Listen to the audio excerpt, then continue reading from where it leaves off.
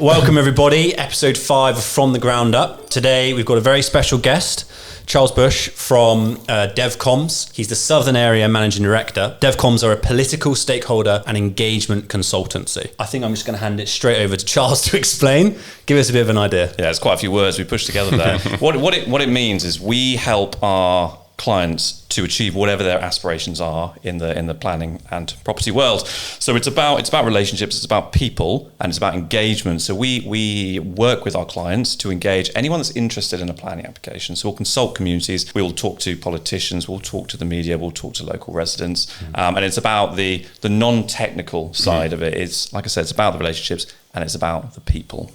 Obviously, people know a lot about what the plan consultants do or the architects do. It'd be great to know a little bit about where you guys get involved in the projects. Let's just say like a house builder brings you in on a resi development. At what stage are they bringing you in on that? Yeah, that's a really good question, because actually it differs depending on the project, the context, the client, and sometimes clients will get in touch with us when they are just about to, they think, have an application refused at planning committee and say, look, can you come in, can you help? And the answer is maybe, because actually some good quality engagement at that point, you know, explaining to the councillors or the community what is proposed, that can help. Yeah. But often that is very late in the day. And actually, we deal with relationships, we deal with people. And to build relationships, you can't do it overnight. It takes time. And so the earlier we can get involved, the better is the answer. But it could be at any point in the process. So one of the things I've always been interested in when it comes to what you do is you've obviously got you do a lot of this all over the place. So when you've done a piece of work, you'll then have a load of experience that you can then take on to the next scheme. So to what extent do you kind of already know, client brings you a piece of land and you're like, oof, crikey, you know, it's in, I don't know, the Cotswolds. We know that that's an area that's particularly sticky, or, oh, they're going in an area where we know actually we've managed to get some stuff through nicely in the past because for whatever reason the council has a pro-development or whatever it is. I know that's unlikely. So how much do you kind of take into the project already versus pick up as you go through? Well, I mean, firstly, the Cotswolds is lovely because I live there. Yes. I know me and my neighbours are lovely, and I'm sure we're all very pro-development.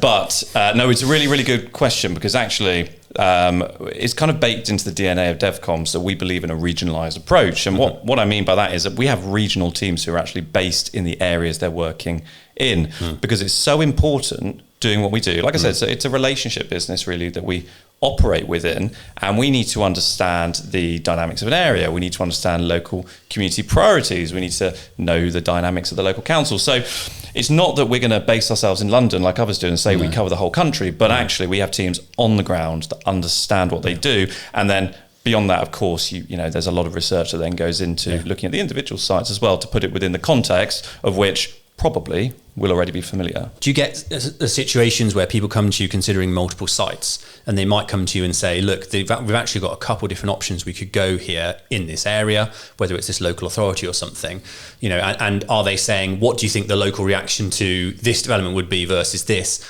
Is that something that you ever consider or people bring to you? And is that something where you help? Yes, is the answer. Short answer. I mean, I think there's two parts to that question, which I think are quite interesting. The first one is that whenever our clients are looking to invest in an authority, whether they have a site or not, we will say to them, it's worth going and talking to people now. Go and introduce yourselves.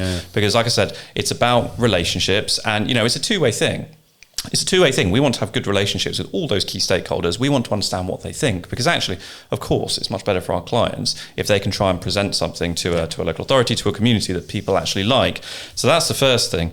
And the second part of your question, well, the bit you asked was about a choice of sites. And yes, sometimes we will get clients coming to us early in the piece saying, what do these sites look like? Yeah. What should we be thinking about? What are the community going to think about this? Because that could change their way they design a scheme. It could change whether they take a site forward or not. I find that super interesting, probably more from a layman perspective, where, you know, you would say maybe from where we sit, from a Landstack perspective, is what makes a good site in a lot of cases is whether, you know, you take into account the constraints, you take into account, you know, local plans, and really when you're looking at an area, there's logical places to go. You wouldn't think, again, maybe from someone looking in, that politics should have an impact on whether a site goes ahead or not. Like, that's very much like a kind of looking in. You'd think like a good site is a good site because it's logical. Yeah. But there's this whole political aspect that I think people don't take into account.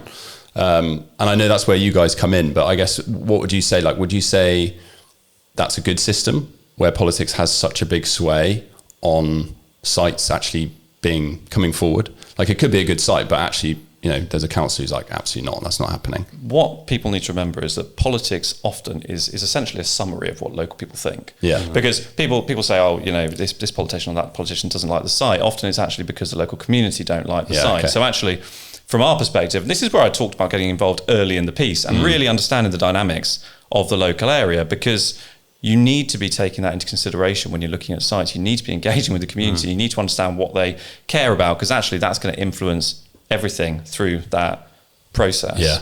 And also just to going back to your point around the process itself and the way that it's set up. Yeah. We have a system which has democratic accountability is a cornerstone of it, around elected councillors making decisions on those things. It's the way our system works. It's quite difficult to change it unless there was a really fundamental shift, I think, at the moment, and that's probably a bigger conversation than we can get into. When it comes to looking at a scheme, my assumption would be, when you're talking to the locals in the area, I would probably be able to put a checklist together of the 5 main objections that you would find on every site: traffic, schools, noise from building. Do you know what I mean? And so is it something where when you're looking at it, you'll kind of talk to people and you'll kind of, basically there's a crib sheet of, okay, we know that those are going to be objections, but is it what you're looking for? Is it the ones that stand out, maybe that are slightly different on different schemes? Or is it that actually you listen to what they're saying, there's going to be the classic traffic and all those sort of things, but within there will be gems of truth? Because fundamentally, I'm assuming what this comes down to is, how do you structure the section 106, or how do you, so much of, in my head, what this ends up being is the quid pro quo. It's we're going to put a development site here. Do you know what I mean? Yes, there's going to be a lot happening, and what can we do if we're putting this scheme forward to help the local community? What do you need in that quid pro quo step? Does a lot of it boil down to that? And trying to, if you do that process early on enough and engage early on enough, then people understand that there's that quid pro quo. Or am I kind of missing a part of it? No, and again, I think there's a few points that raises for me. I mean, it's a very good question. I think for me, communities often know these sites best. I mean, we can talk as much as we want about physical constraints and about policies, but actually these communities come into contact with these sites, whether they walk across and look at them, whatever it is, often, all the time, daily, hourly, who knows. Yeah. So they often know the sites best. And we need to respect that when we are going through the process, when we are talking to them, when we're consulting them. The other point around, you talked about, delivery of facilities that maybe people like, but these new facilities should be viewed in many occasions as improvement, not mitigation. We're not just trying to mitigate what's being delivered on the site. Actually, they're often an improvement, whether it is a new road, whether it's improving the drainage, whether it's providing sports facilities.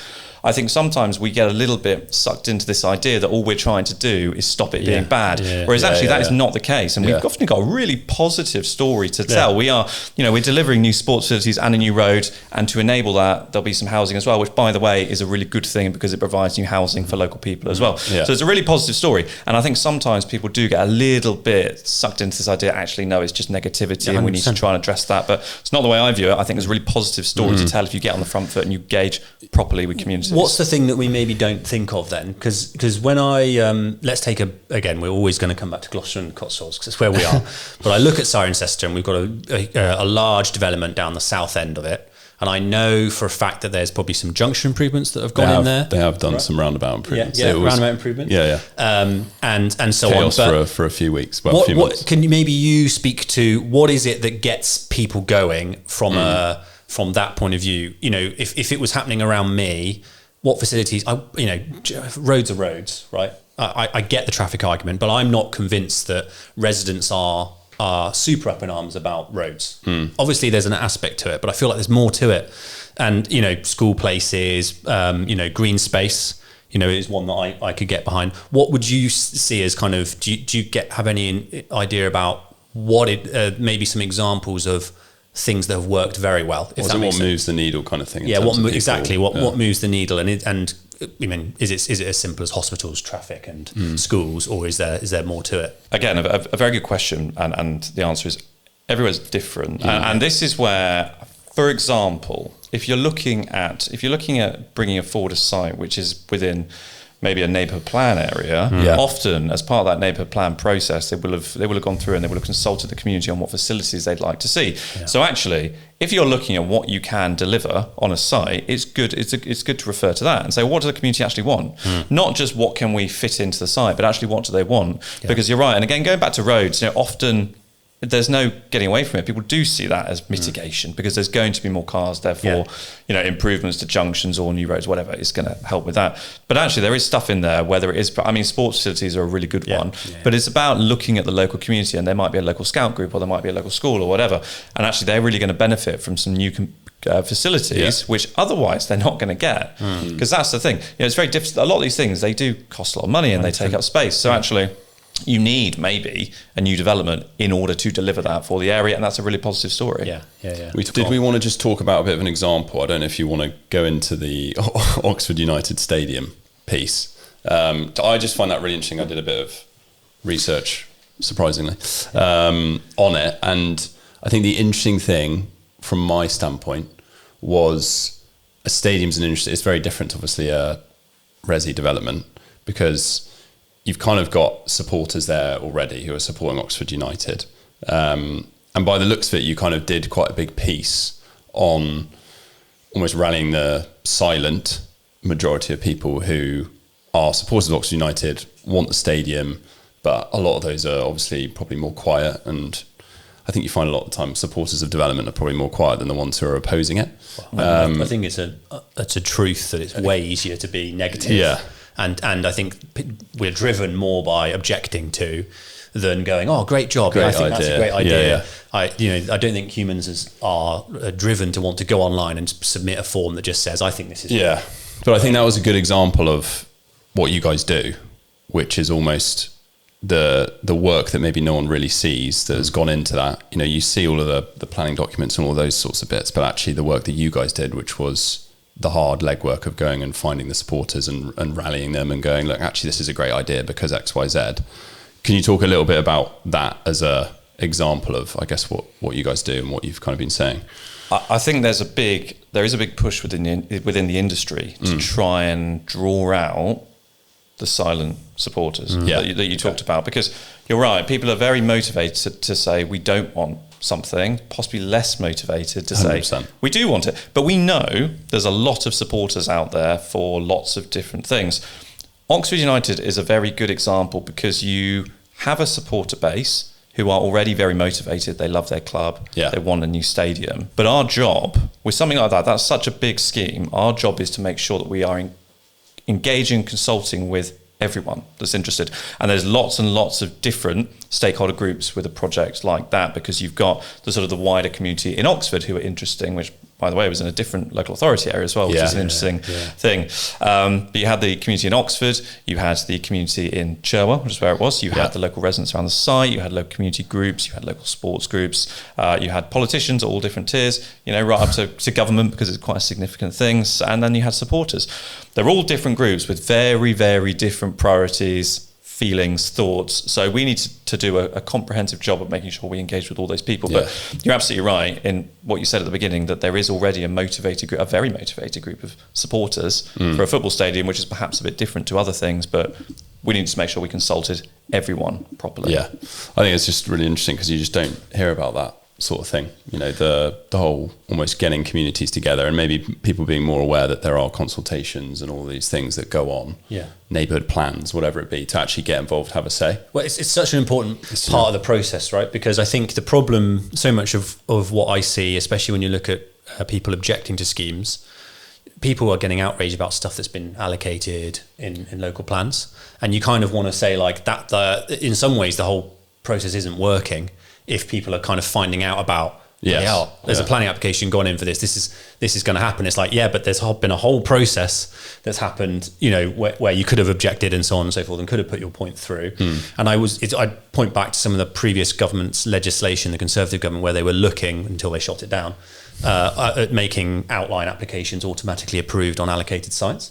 And like in a lot of the time, I agree with that in principle, because you've got through a whole consultation process. Do you see that often where people are wanting you to get from an engagement point of view, and there's been a draft allocation, and you're still dealing with sort of the locals who are objecting. I understand maybe if they've objected to doing a local plan, they want to object to the planning application.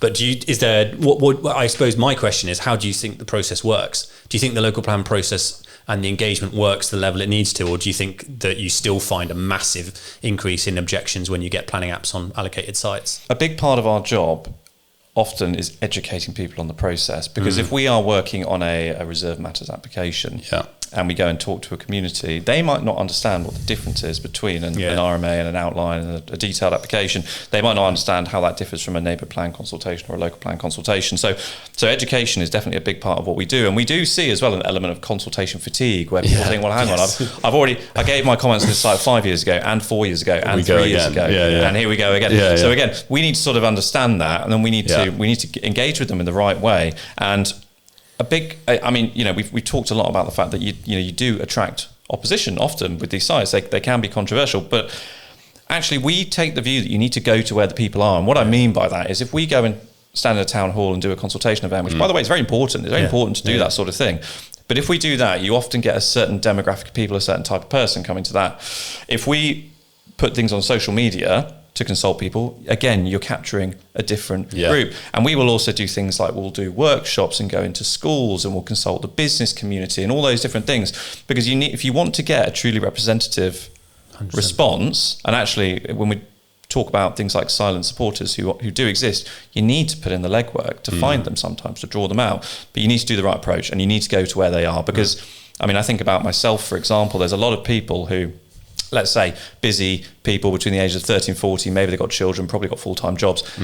They might not have the time to go and visit a town hall and do that sort of thing. So actually making the stuff available online, or doing webinars, or doing podcasts, whatever it may be, is a really good thing, because maybe they can listen to that when they're going to work or on the train or whatever, and it makes it much more accessible for them. And accessibility is a very important part of it as well. I mean, we could talk about that forever, right? There's so much to talk about with respect to consultation and so on and so forth. But there's a huge, let's call it an elephant in the room, which is what's coming next, and that's government reorganisation, devolution. There's a lot to talk about here.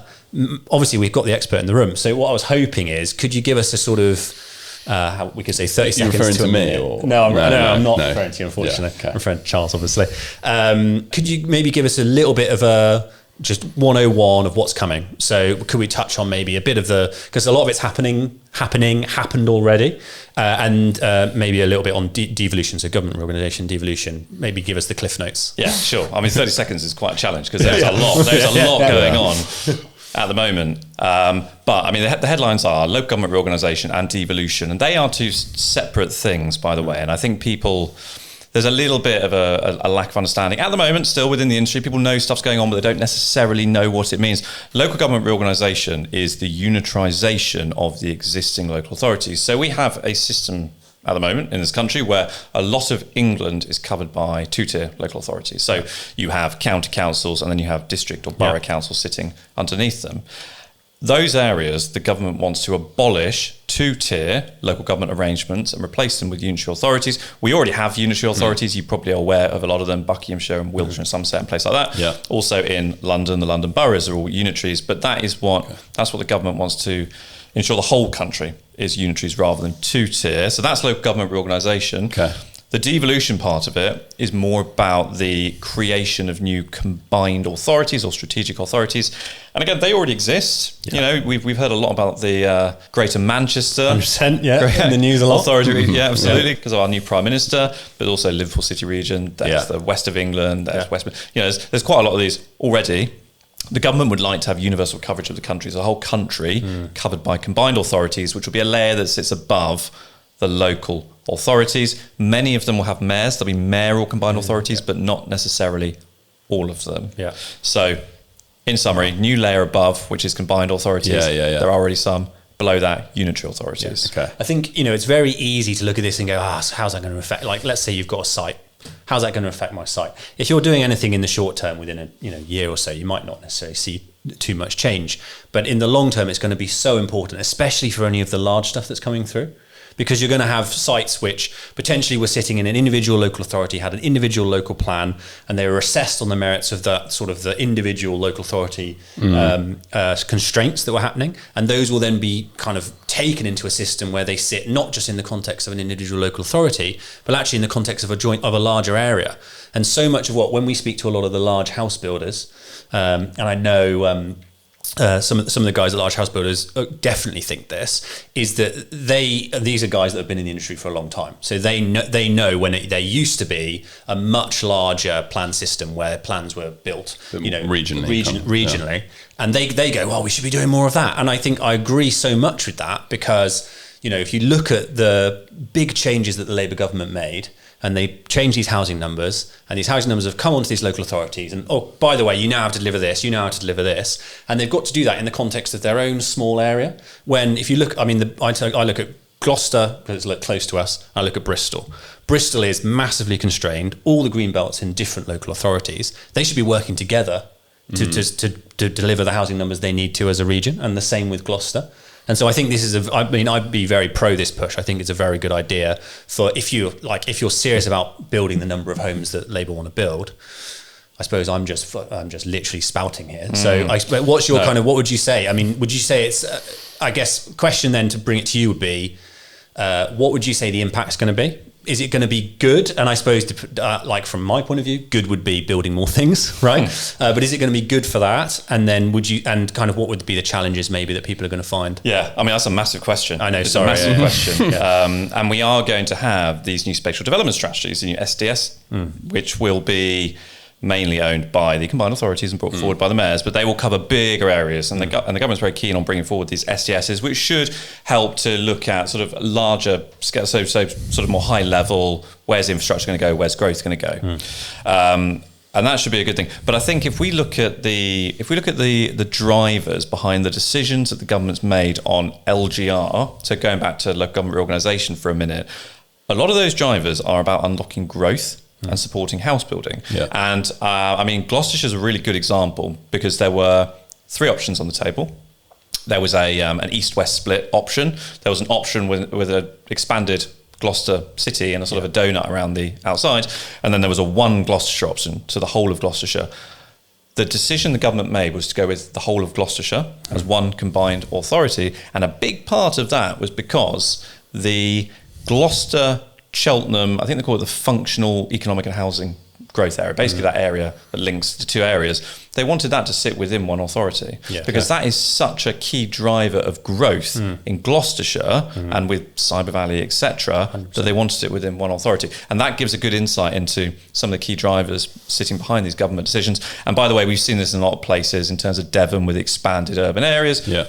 Brighton, Brighton's very constrained. It will be allowed to expand. So there's quite a few areas where I think unlocking growth and enabling housing delivery in these urban areas has been a big driver for decisions. Because we talked a lot about when the Cotswolds local plan came out, and it was talking about 18,000 houses in the Cotswolds, where the AONB covers 75% of the Cotswolds. Yeah, and we did a whole bit of some of the villages where they were proposing would triple in size. Obviously, they were looking at options, but I think, given now, when it becomes Gloucestershire, you've now got space to actually go, look, there's logical places to put the homes, which are sitting outside of these obvious constraints, which would just put pressure on the Cotswolds generally. There's logical places to build, and I think having bigger areas to do that is the best thing to do. I think it means that you can take more of a sort of a bird's eye approach. Bird's eye, exactly. Because you look at the whole of Gloucestershire and say, well, where does it make sense for the growth to come? Where do we need the jobs? Where do we have the people? Where do we need the houses? So we're not just looking at the constituent authorities in isolation. Yeah. We're saying bigger picture, what does growth across this whole area look like over the next 5, 10, 15, 20 years? It would be good to put a little bit of Landstack, if we can, on the video. Only because we show the large infrastructure projects. Yeah. And there's the huge new road that's going in between Gloucester and Cheltenham. So they've put a massive, great big infrastructure project in there. Yeah. What should that mean? It will mean that people from Cirencester can get to Cheltenham easier. People from Gloucester can get to Cirencester easier. People from Tewkesbury can get to Ciren and Cheltenham and Gloucester easier. And obviously, what does that mean? It means that we are based in the Cotswolds, and I've had conversations with people who potentially would be looking to join our business, and they're like, oh, I live the other side of Gloucester. It's an hour commute. You put that new road in, and actually it's 30 minutes, 40 minutes commute, and that's a massive change to how and where people can live and work. And in order to make those sort of changes, you need to be considering the whole, what I'm saying there is the Cotswolds is relevant to what's happening in Gloucester and also Tewkesbury and also Cheltenham. So these are the sort of things that, I think this is, like I would say, a massive improvement. And kind of on that, my curious question was, when you're consulting, how far do you consult? Because obviously it's obvious, we're building a house, there's a bloke who's in the field next door, we should go and speak to them. There's a lady who lives down the road, we should go and speak to them.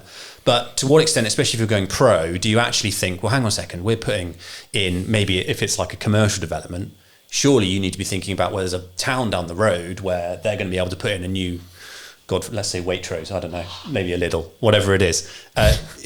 How far do you go? For I thought that's why I went Lidl. How far do you go on that basis? And I assume you're probably going to say it depends on the development, but give us an idea about that. Do you know what? It depends on the development. Yeah. No, but seriously, because we work on a really, really wide range of schemes, and that could be from sort of 5 houses, which would be quite a small scheme for us to work on. But it could be 5 houses. It could be up to 5,000, 10,000, 15,000 houses. So it really does depend, and it depends on the nature of what you're bringing forward as well. I mean, we've done consultations recently where we've sent out letters and leaflets to 5,000 houses, and we've done them as well where we've just gone and spoken to the residents around the site if it's not going to impact. So it's about impact, it's about interest, and it's just about the implications for the area. And also, it's not just about the scale of it either, it's about the way. It's about the way you're engaging and consulting. And it goes back to a question we were talking about earlier in terms of you go to where the people are and you make sure you talk to the right people and consult with everyone that might be interested in it. I was just going to ask a question on the reorganisation, devolution. Do they go hand in hand, or are they working against each other, if that makes sense? Because obviously there's a lot of stuff changing. It's not going to be instant changes. And just are they working together, or is there just a lot of things going on where actually could go unitary, then you've got the devolution happening, and how does that all work? Is there timelines for everything that's going on? Yeah, there is, and they do. I mean, they are separate processes. Yeah. But they're happening at the same time and they impact each other. So a good example is we were supposed to. So there's something called the Devolution Priority Programme, and that is the areas that are going to come forward first with new combined authorities. And there's places like Hampshire and Solent have got one, for example, I think up in Cheshire, and there's various places. Around the country. They were supposed to have mayoral elections this year. At the same time as we had local elections. They were delayed, they were pushed back to 2028. The reason the government gave for pushing them back was because not enough progress had been made on local government reorganisation in those areas. So they wanted a bit more clarity on local government reorganisation before they had the mayoral election. So you can see there, although they are separate, although they're separate, you had one impacting the other. And then where we haven't got local government reorganisation, so there's a couple of new combined authorities up north. I mentioned Cheshire, Warrington, up there. Those areas are not undergoing local government reorganisation because they are already unitary authorities, and what that means is they are actually having elections next year. Because they're going to align the mayoral elections with the local authority elections. What's the idea with the devolution, specifically for mayors, in terms of how much control and influence they should have in the process? So you look at, let's take the Andy Burnham example.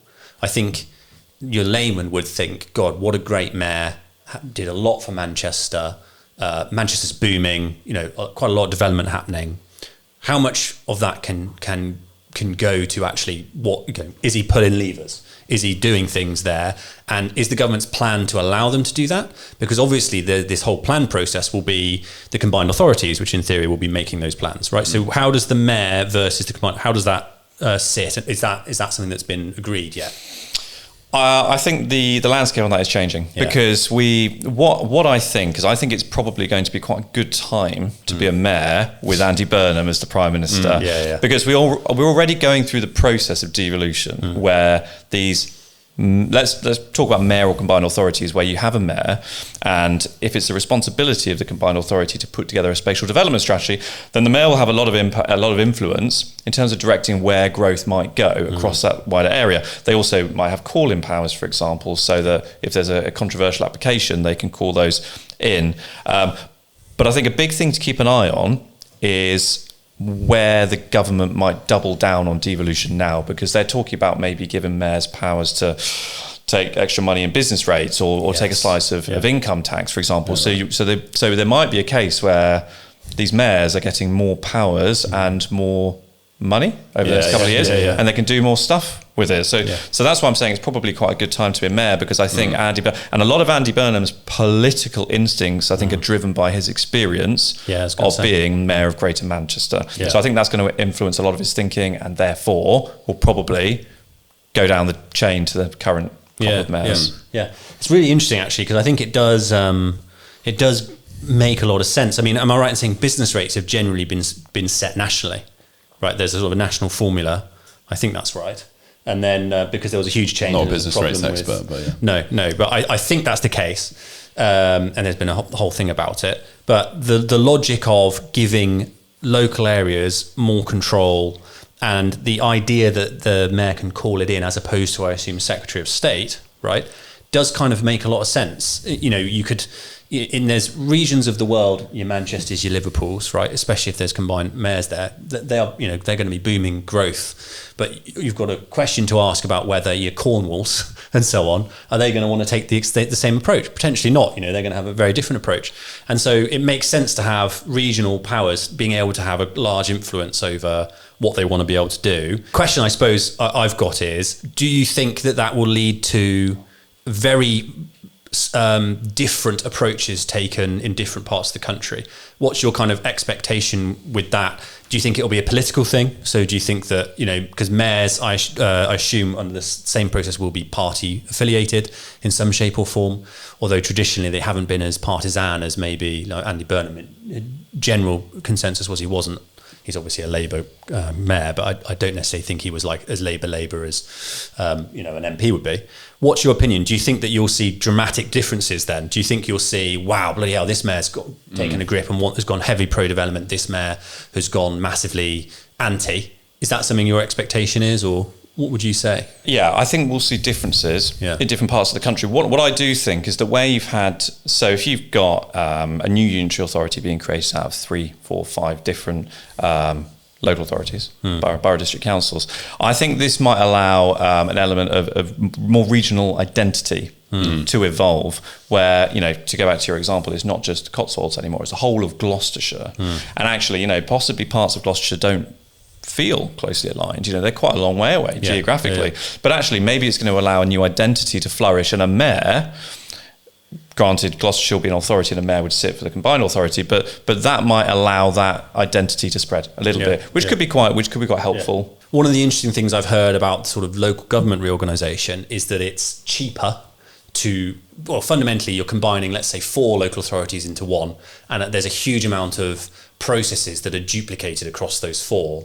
So there's going to be, in theory, a big cost saving for combining 4 authorities into one, because you'll have a planning department where you'll have obviously a larger number of planning applications, but the digital services you need to provide those systems is now just one system, and there's you'll only need one building where you're going to house all these people instead of 4 different areas and so on. Is that something that is that a big driver of it and something? Yeah, I think it is, because bringing together these services should make a saving, and certainly that's what we see in other places. I understand that in Buckinghamshire, for example, that is now a unitary authority. They've saved quite a lot of money over the last couple of years, so it is a driver. And actually, if we look at Surrey is coming forward ahead of all the other parts of the country. So you've got East and West Surrey. We've already got shadow authorities in place there, and those new local authorities will come into effect properly next year. So they're effectively a year ahead of everywhere else.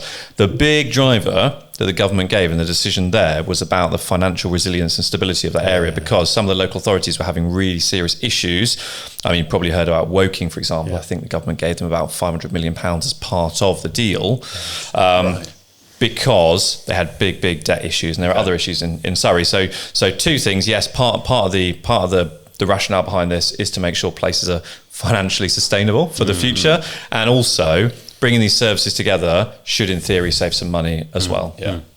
I can't help but think, with obviously more authorities joining together, will that mean that locals have less of a say? Because obviously, if you've got, Surrey's a good example, 11 authorities, all merging together, would that be the case that actually your local on the street is now part of a huge authority? Do they have less of a say? Is that something that might happen? That's a really, really good question, because actually, if we look at, we've talked about the abolition of two-tier local government arrangements. However, what the government is not touching is parish and town councils. And, we've got over 10,000 of them around England. They're going to be there. And arguably, they will increase in importance as local representatives for their area. Because if you are, as you've rightly said, if you sit within a much, much larger authority, then actually your local council, your local parish council becomes your sort of direct spokesperson. So they, I think, could become more important. And again, we have certainly seen that in areas where they've already changed to unitary authorities or larger unitary authorities. We've seen calls for new town councils, etc. I know I used to live in High Wycombe, and once upon a time Wycombe was an authority before it changed to Buckinghamshire, and there was a big call for a local town council, a new town council in Wycombe, for example. Okay. Is that something that you think will also mean more neighbourhood plans? Because if there's like a larger area that people are considering, I think the idea will be that there'll be more macro decisions being made, and there'll be a bit bigger drive for people to, if they want to seek that representation that they don't think they're getting. Do you think people will be pushing for neighbourhood plans more? I think there'll be more of a drive for local input into things, certainly, because we, if we're talking about new combined authorities and new mayors and much, much larger council areas where, you could have 4, 5, 6, 7, 8, however many local authorities into one, then these are much, much bigger areas we're talking about. So I think local people are going to feel a desire to still have their voices heard. So it's what's the mechanism for doing that? And again, it's then important for people like us to make sure we are correctly consulting these people as well as part of that process. It's a really important piece of the jigsaw. Okay. I think what would be useful to, round it up is, what should the industry be preparing for these changes that are coming down the line? I'd split it into two things, because we've been talking a lot about what's the end point? Yeah. And that's kind of longer term. Yeah. But actually there's a shorter term piece here, because over the next couple of years, there's big changes coming into effect. We're going to see areas going through the transition. There's going to be transitional periods, transitional arrangements. If we use Surrey as an example, because it's a good one, because we're watching at the moment, because it's a year ahead. They've got their shadow authorities in place. They've still got their constituent authorities. So you've kind of got two tiers of government going on at the moment, and we're watching how they interact. Now, the existing constituent authorities, the current LPAs, still retain the power to determine the applications until vesting date for the new authorities. But you have got the shadow authorities in place, which for us, when we're looking at the local areas and the interaction of politics, that's really interesting. And there's going to be changes, and there's going to be some disruption. So I think in terms of our clients, developers, consultants, people in the industry, they need to be looking at that short term and how they manage that, as well as just the long term piece. I mean, does that mean I've got a site, I hold out and wait until the new authority here because they're going to be much more pro? Or does that mean in some sites I've got to get this in quick, otherwise, it's not going to look so good with the combined authority? Is that something that you kind of would be looking at providing advice on? Yeah, I think you need to be looking at not just what's there now, but what's coming in. Because actually, if you put an application in now, you might be submitting to one authority. It might be determined by a completely different authority. And that will happen. So that will absolutely happen. Wow, Because if you submit an application now to the local authority, but then it says it's in Surrey, then in I think it's April next year, vesting day for these new authorities, they will then take on the powers to determine applications. So it'll be a completely different local authority that is determining your application. So you absolutely need to be aware of it. Is there much telegraphing, document publication of are these new authorities drafting things that could give you an indication about what they're thinking? So we've got the local plan process. How is that being affected by local plans in process in authorities that currently exist versus those that are coming into power? Have they stopped? Is there like a handover process? Do they carry it on? How does that work? Yeah, I mean, I think the government's quite keen that they still move ahead with plan making process, etc. What they do not want, what the government doesn't want, is they don't want any disruption in the process, or as little as possible, because they are still committed to delivering, whether it is 1.5 million homes or not, they're committed to delivering a lot of new homes this parliament. And these are massive changes. I mean, I think it's something like 21 county councils and 180 or something district councils we're talking about in terms of local government reorganisation, plus the devolution bit. So there is potentially a lot of disruption there. So the government is keen to press ahead with it and make sure everything keeps going on. And there's still, statutory obligations on councils to keep determining applications, etc., and to move ahead with the move towards the new authorities. Okay. Feel free to plead the fifth. But to what extent do you look at... It's never good when he says that. Yeah, well, this is more genuine curiosity. To what extent do you look at political makeup of councils and see a correlation between pro-anti-development? Do you see that across parties, or do you see that more regionally? Because I think I could probably suggest that I think if you look at, say, the Liberal Democrats, I think they had quite a large push in the previous election where they got quite a lot of votes. They hit that regional. You didn't really see them too much on the national stage, but they did quite well in the elections, and I think they did quite an anti-development push in a lot of regional areas to say, if you vote for us, you might get in. Is that something you see in general? So, I know that you never want to be general, you always want to be specific on a site. But I'm just curious, is that something that you see? Is it generally pretty equal across the board, or? I think, by the way, the Lib Dems is an interesting point because people maybe don't think about them a great deal at a national level. They've actually got, I think it's about 71 MPs, which is more than they had in the coalition years under Nick Clegg. Yeah. You think about Nick Clegg being really, really fantastically successful. He actually didn't win as many MPs. Yeah. But putting that to one side, I think the way I'd answer that is to say that different political parties have different priorities, and the DNA running through their politics and their policies are different. So you absolutely need to have an awareness of it. And if you look at a Labour-controlled area, they might align more closely with the government. Exactly. Yeah, if you look at a Reform-controlled area, they might take a very different view. And absolutely, it's up to us to navigate that. But within the context of the communities, because as I think I've said a few times in our discussion today, the politics is often just a product of what local people think. Agreed, yeah. So that's, I think, probably the way. I think that's the bit that sticks with me. Actually, is that and point. Potentially, that the big takeaway, if I'm understanding what you're saying correctly, is if you engage the people, then they will change the MP's mind, because the MP represents the people fundamentally, right? So if you can engage people and you can say, this is the pros, this is what we think, then my assumption is if people are actually saying, actually, no, we actually don't mind this. We don't mind this going ahead, X, Y, and Z. Or they'll kind of tell you as well what, as Charles said, what they're wanting out of. Yeah. If a development site was to come forward, actually, what do they need as well? But I assume, go on. Yeah, it's about talking to people. It's about engaging properly. It's not just about the mistake that there's a perception sometimes you just need to go and talk to the MP or whoever. That is not the case. And actually, you need to be talking to the local representatives. You need to be talking to the community. You do need to be talking to politicians, of course, but it's part of a package of making sure you engage properly with people. This is not about going and having one meeting with the right person. Yeah. This is about proper relationship building, understanding the issues and charting, navigating a course through that by engaging all the right people, whoever they may be. Yeah. MPs versus councillors. I think a lot of people think, I'll write to my MP and they'll get this application thrown out, when the reality is I don't think they have that much.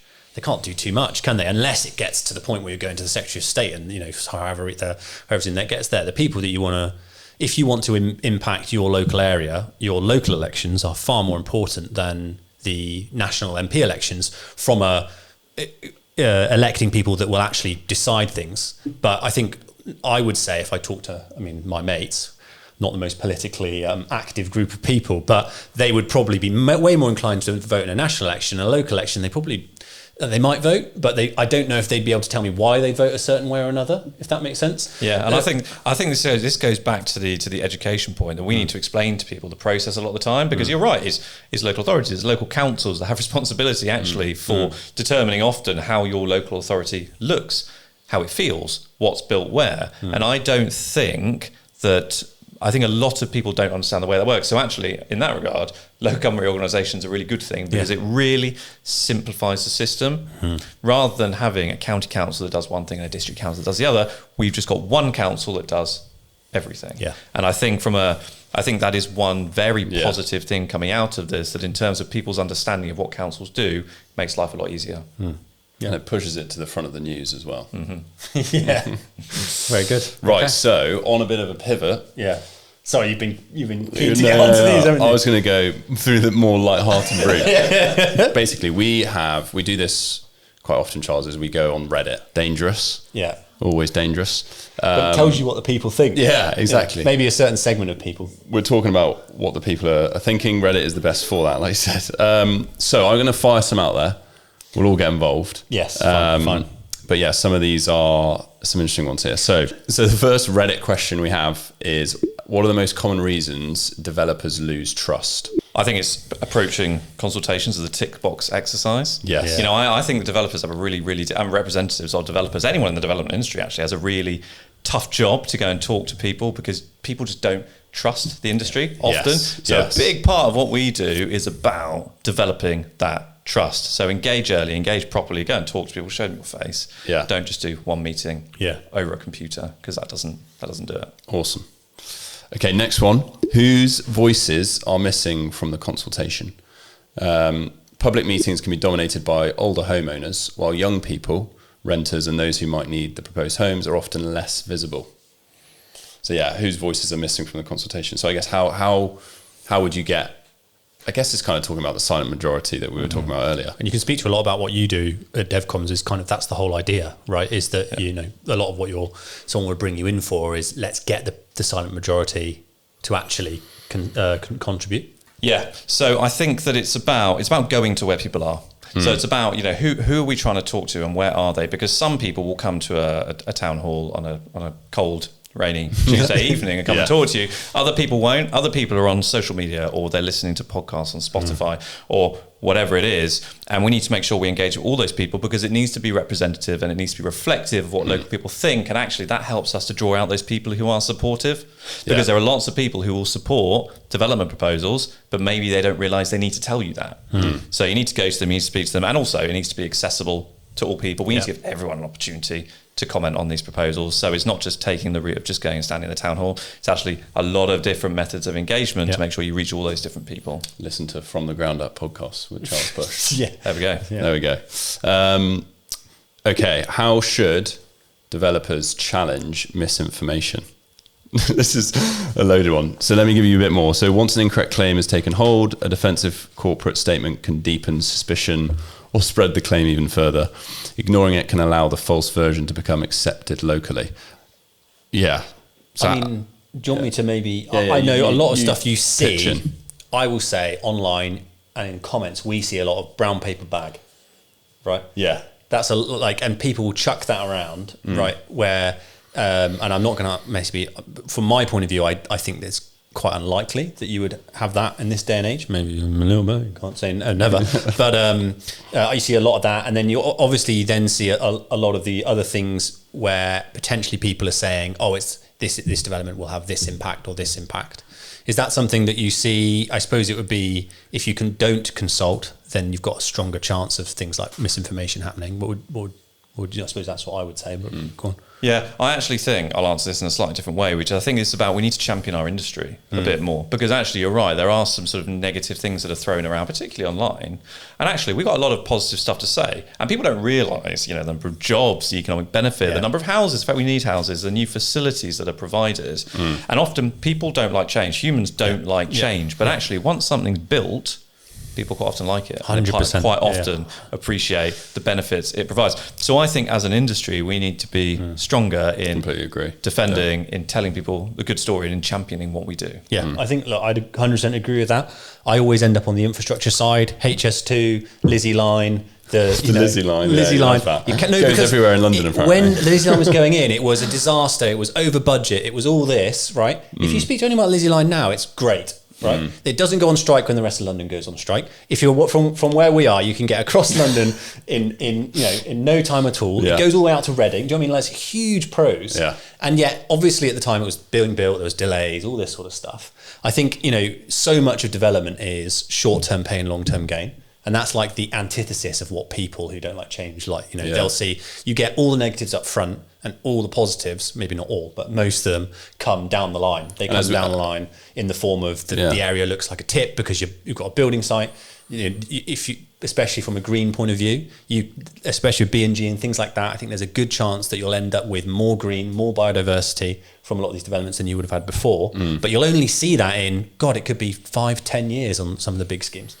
Anyway, so I'm just agreeing. No, it's good. It's a good point, and it goes back to something we talked about earlier on, which is that this stuff that's provided in development is not just mitigation for bad things. It's not just to stop it being bad. It's actually really, really good, positive stuff. Yeah. And we shouldn't be afraid of shouting about it and the benefits of it and how good it will be for an area. Can I tack on one thing, which is, do you think people do that enough? So we'll take the example, we mentioned a couple of things today, which is the junction or the new roundabout that's in Cirencester.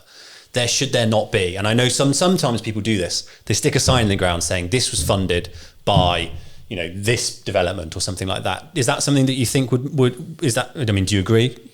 I think visibility is a good thing because I keep going back to it. There is a lot of misunderstanding about who does what and who's responsible for doing what and who delivers what. So I think anything we can do to clarify that for people is a good thing. And if you really want to shout about what you're doing, then DevComms are the people that help you do it. Yeah, exactly. So it's done properly if we're doing Is that something that you would suggest, out of curiosity, in terms of because I suppose, sorry, I'm hijacking. How much? Obviously, you've got to get the application. Do you do work then on, look, after you've got the planning, to let's take maybe an outline scheme that might take a load of years to develop, and you're looking at the first reserved matters or something.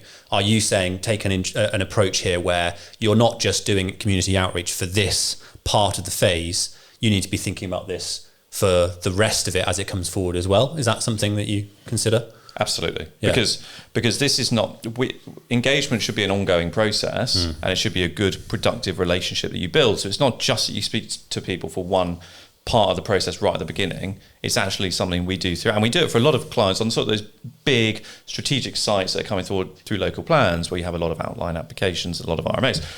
We will work for clients on those sites, and we'll do the construction comms, etc. So managing the community, making sure they know what's going on site and understand as well, because again, there might be some construction work going on. There's also an application going in, and people maybe don't quite understand how those different things fit together. So we do that. And actually, this is a bit of a plug, but there's another part of our company called Copbrew, which is community PR, and that is a part of our business that works with communities in particular on the ground, and that's because it's something very important. I think. Good answers. Next one is. I mean, it's quite a straightforward one, but developers always say they listened. How can we tell? That's kind of what we were just talking about. Yeah, it is. Yeah. Whenever we're consulting on an application, we'll put a statement of community involvement in with the planning application documents. That will show what's been done, who we've spoken to, what they've said, how we've responded. And sometimes you get feedback which you just absolutely can't possibly respond to. If you're building 20 houses and they say, well, we want a new school, well, that's not going to be viable. But if that's the case, you need to explain why. Yes. And so I'd say look at that document. But also, I've touched on it quite a few times, but it's just about education. People don't necessarily understand how it works through the system. This is quite a good one. So does calling everyone a NIMBY make engagement harder? How do you separate legitimate concerns from opposition to any development? Because obviously the NIMBY, I mean, we talk about it quite a bit. NIMBY, YIMBY, everything else. We kind of mentioned it a little bit at the start, where I guess I was alluding to the fact that I think if you develop anywhere, there will be a list of objections that you get and concerns that I think you could just copy and paste. Just change a road name, change this. And so I guess that's the question really. Is like the problem there is you're kind of pooling everyone into one. 100%, one thing. You're an NIMBY, but there's people who are like, no, I'm against maybe X or Y, but I'm fine with this. So I think there's more nuance. But I guess what this is saying is the NIMBY word is thrown around a lot, gets probably the most traction.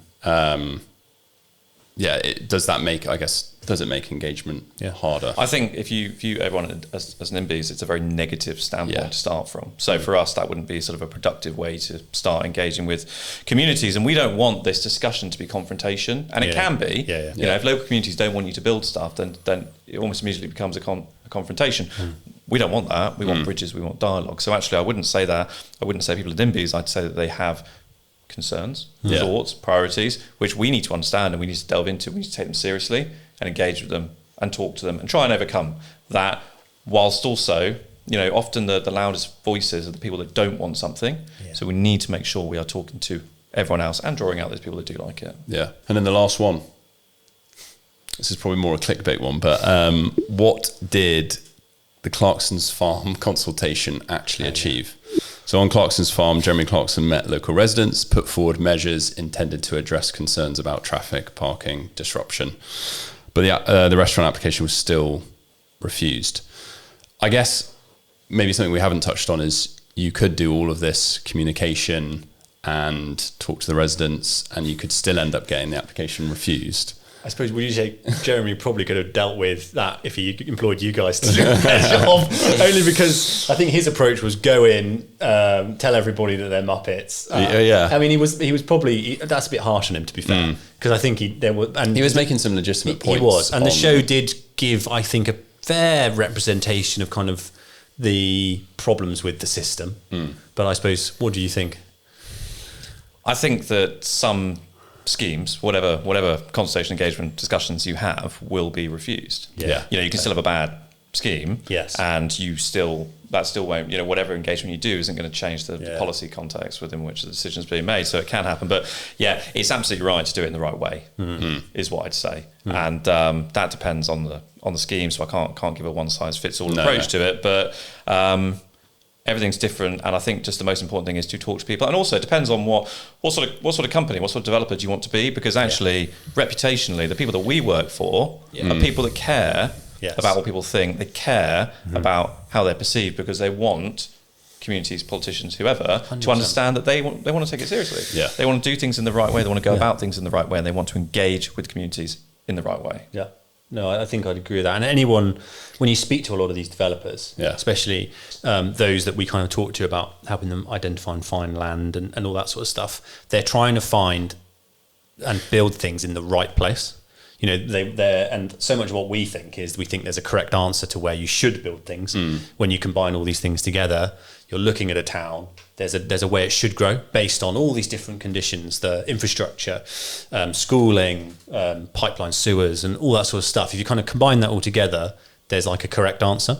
And a lot of the developers are trying. That's what essentially they want to do. Is they're like, I want to make our community better. I want to build homes for people to live in, and try and improve the area. I think a lot of people come from that point of view. Obviously, there will be in kind of both sides. There'll be developers that just want to make a buck, but I don't think in the long run they will do that well. No, and I think that because you can imagine we talk to communities and sometimes they say, "Oh, well, you're not going to listen to us. You don't care." Well, actually, we do. We do care because it's the right way to go about things. But also for our clients, it's a win-win. If the community are happy and our client can get a planning permission, then that's win-win. So actually, they do care, and they want to listen and they want to go about things the right way. And but I think this is one of the issues, that there is this perception that we need to overcome. Almost every time we go and talk to people, and it's about doing things in the right way and being normal, nice people that engage properly and build those relationships. Yeah, agreed. That's everything. Very good. From the Reddit questions. Anything you want to talk about? I feel like we've covered quite a lot. Yeah, we have. Yeah, I think it's been great. Yeah. Been a really interesting discussion. Well, I suppose we should just wrap up. Yeah. Covered a lot. Would like to obviously say thank you, Charles, for coming on. Thank you for having me. Hope you've enjoyed the process. I thought that was a really, really good discussion. Very interesting. I think some big takeaways that people should be thinking about is, especially if you're a developer, you should be engaging in and understanding the changes that are coming with devolution and local government reorganisation.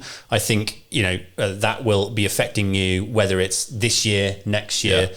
It's going to be affecting everybody. And I think if we're talking on the commercial side of it, there will be opportunities that come from that. 100%. There will be sites that can be unlocked by those sorts of things. And so understanding that process is going to be very, very important. I think we've also covered a topic that maybe not many people actually know about. Yeah. Not even just in the industry, I think generally. Yeah. It's probably a not known thing that goes on. Yeah. And for me, I think it's maybe before this, I viewed the politics as not really kind of thinking about some person making the decision, but actually it's approach that as like, that's the community saying what they want. So actually, if you approach the community, that's the political angle, which I think was an interesting takeaway for me. And to do it earlier, I think. Early the better. Get in earlier. And I think there's, reach out to the guys at DevComms if you want to get that done early. And it sounds very much like, you find your site, you think it's a winner. It's a very good next step to kind of do that initial understanding of what's happening in the local area and so on and so forth. So, yeah, thank you for coming. Thanks for having me. And thanks everyone for listening. Make sure you subscribe on YouTube. We are now on Spotify and Apple Podcasts, which is quite exciting. I think we've got 3 out there at the minute. Another one to go. This one will be on there as well. So make sure you follow, you listen on that. Tell your friends, tell your grandma. Yeah. If you want to come on the podcast, reach out as well. Look, we're open to have more discussions. I would love someone other than Joss to talk to. Yes, very good. Very good. But thank everyone for listening, and we'll be back very soon.